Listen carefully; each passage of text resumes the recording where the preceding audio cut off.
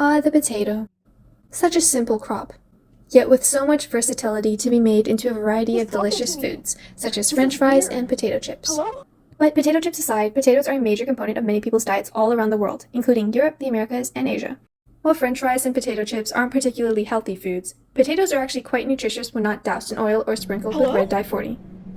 They're actually a great source of carbohydrates, fiber, vitamins, and minerals, which help fuel our bodies with energy.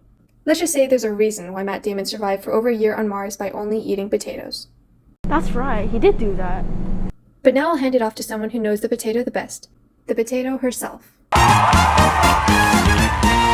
Shucks, well, thank you. Let's talk about what organic farming is. It is a method of agriculture that emphasizes sustainability, biodiversity, and the use of natural inputs over synthetic pesticides and genetically modified organisms, also known as GMOs. So while organic farming differs from conventional farming, we can clearly see that organic agriculture works in synchronization with nature rather than against it. Let me explain further. An important aspect of organic agriculture is nutrient cycling, which involves the movement of nutrients within the ecosystem. While this cycle is initiated and carried out by a great number of soil microorganisms and nutrients that promote plant uptake and recycling of those nutrients. Figure 1 and 2 shows the nutrient pathways moving from abiotic to biotic sources, which is an essential for the cycling process. Though there are many different types of techniques in conventional farming, there is much harm being done that affects the plant and soil environment.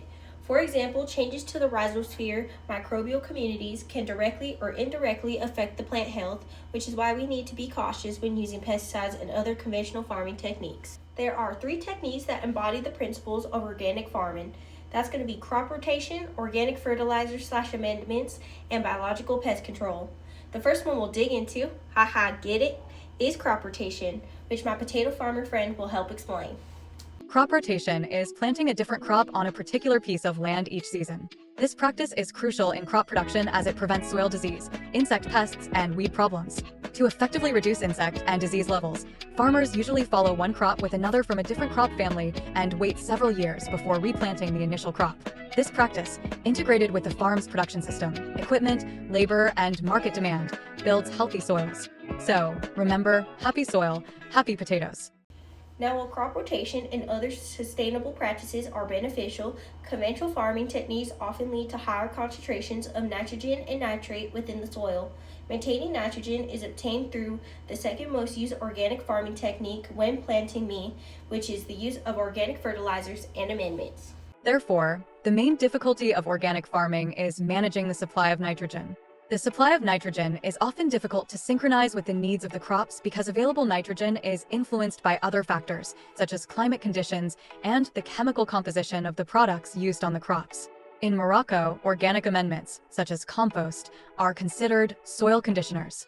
They help improve the physical, chemical, and biological properties of the soil rather than just being merely a source of nutrients. They consider products with high nitrogen content and rapid nitrogen mineralization the most beneficial on farms with poor soil health, such as sheep manure, worm compost, and fish meal. So, therefore, happy soil equals happy potatoes. Now let's dig into our last third most crucial technique of organic farming, pest management. Take us home, farmer. Organic farming has much fewer options for pest management than conventional farming and consists of sparing use of certain organic approved chemical pesticides, as well as biological control methods. One such method is to use beneficial nematodes, which are parasites, to infect harmful soil dwellers with pathogenic bacteria that eventually kills them. However, it is important to get the specific nematode species that will target the right host because there are also some harmful nematode species that feed on roots and damage crops. Luckily, this is not a major problem with organic farming due to the practice of having longer breaks between replanting potatoes in the crop rotations. These breaks disrupt the harmful nematode life cycles for long enough to manage their populations. So, next time you enjoy those organic spuds, remember, it's not just about what's on the surface, but the unseen heroes below. Wow, but what are the social economic impact of this? So glad you asked. Some of the major challenges that farmers face when farming organic potatoes are disease and nutrient management. Potatoes are heavy feeders which require a lot of nutrients.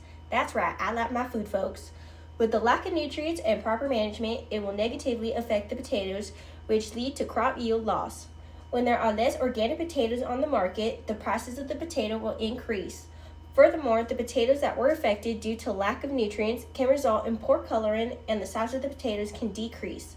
This will decrease its value in the market, which the consumers will not buy the product, making the local farmers and the agricultural economy to be negatively affected. Not only since the potato is America's most consumed vegetable, this can impact the economy and the people greatly. And I would like to give a special thanks to my potato farmer friend as well. I hope you enjoyed this very good presentation. Wow, thanks. It was very informational, but I was looking for kale.